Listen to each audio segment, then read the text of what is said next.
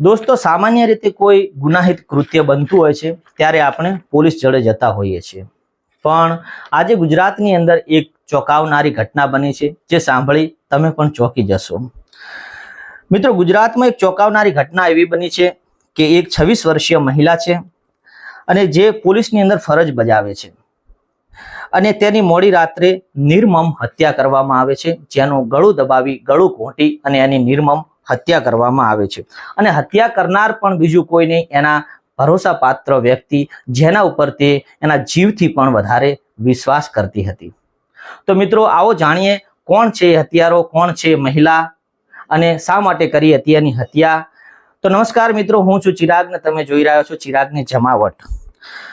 મિત્રો, આ ઘટના આપણા ગુજરાત રાજ્યના કચ્છ જિલ્લાની અંદર અંજાર અને અંજારની અંદર એએસઆઈ ની અંદર ફરજ બજાવતા અરુણાબેન જાદવનું શનિવારે 19 જુલાઈના રોજ રાતના 1 વાગે ગળું દબાવી અને નિર્મમ હત્યા કરવામાં આવી છે.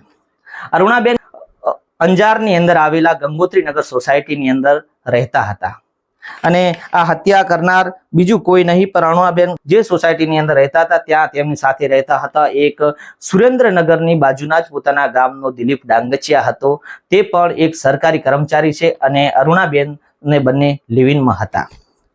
જ્યારે અરુણાબેન અને આ બંનેના લગ્ન થવાના હતા, બંને લિવિનમાં હતા. દિલીપ ડાંગચિયા CRPF નો જવાન છે અને અમદાવાદ મણિનગરની અંદર ફરજ બજાવે છે અને અરુણાબેનની ઉંમર 26 વર્ષની છે. આ બંને લિવિનમાં રહેવાના હતા અને અરુણાબેનનું ગામ સુરેન્દ્રનગરની બાજુમાં છે અને દિલીપ ડાંગચિયાનું ગામ પણ તેના ગામની બાજુમાં જ છે.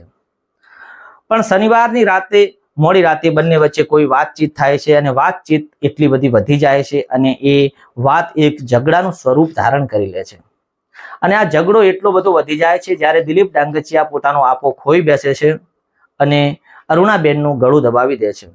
અરુણાબેનનું ગળું એટલી હદ સુધી દબાવે છે કે જ્યાં સુધી અરુણાબેન પોતાનો દમ ના તોડી દે ત્યાં સુધી અરુણાબેનની નિર્મમ હત્યા કરી નાખે છે. દિલીપ ડાંગચિયા છે તે ત્યાંથી અરુણાબેન જાદવની હત્યા કરી અને તે પોલીસ સ્ટેશન હાજર થઈ જાય છે. હાજર થઈ જાય અને સરેન્ડર કરીને કહે છે કે મેં મારા સાથી મિત્ર અરુણા જાદવનું મર્ડર કર્યું છે, ગળું દબાવીને. પોલીસ આ ઘટના સ્થળે આવે છે અને ગુનો નોંધી દિલીપ ડાંગચિયાને પણ સરેન્ડર કરી દિલીપ ડાંગચિયાને પણ જેલના હવાલે કરે છે અને અરુણાબેન જાદવની બોડીને પછી એમના ગામડે મોકલવામાં આવે છે. તો આપણે મિત્રો આગળ એટલું જાણવાનું રહ્યું કે આપણો સમાજ આપણું કઈ બાજુ જઈ રહ્યું છે. તમે કોઈની સાથે લિવિનમાં રહેતા હો, નો ડાઉટ છે, પણ કોઈ બી વાત ઉપર ક્યારે કોઈ વાત છેડે છે તો તમે એને સાથે બેસી સમાધાન પણ કરી શકો છો. કોઈની વાત ઉપર આવી સાંભળી કોઈ સાથે કોઈનાથી પોતાની જ વ્યક્તિનું નુકસાન કરવું કેટલું યોગ્ય છે? જ્યારે પણ તમે કોઈ વાત હોય, બંને તમે લિવિનમાં રહેતા હોય, પછી હસબન્ડ વાઈફ હોય, કોઈ બી તમે હોય, કોઈ બી ઘર પરિવારની મેટરો સમજી સાથે બેસી અને એનો હલ લાવી શકો છો. ગુનો કરવો એ કેટલું મહદઅંશે તે સત્ય છે અને આ ગુનાનું પરિણામ પણ આપણને ખબર છે કેટલું ભયંકર આવવાનું છે. નથી આપણે એનાથી તો આપણે ચલો આપણે એનો મર્ડર થઈ જશે, એ જતી રહેશે, એમના આમ થશે તેમ થશે, એમને છોડી દેશું, પણ આપણો પરિવાર રખડી જશે, આપણા નાના બાળકો હશે તો એ રખડી જશે.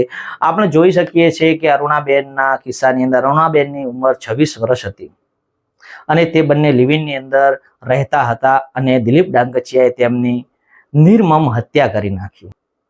આ વાત છે એ આપણા સમાજ માટે કલંકરૂપ કહેવાય છે. તો મિત્રો, આ હતી એક આપણી ક્રાઇમ સ્ટોરી જે અત્યારે જેનો કેસ અને ન્યૂઝ અત્યારે ચાલી રહ્યા છે. જે દિલીપ ડાંગચિયાના રિમાન્ડ મંજૂર થઈ, દિલીપ ડાંગચિયાને પૂછવામાં આવશે અમને ગળું દબાવીને હત્યા કરી, કેવી રીતના હત્યા કરી તે આગળ જોવાનું રહેશે.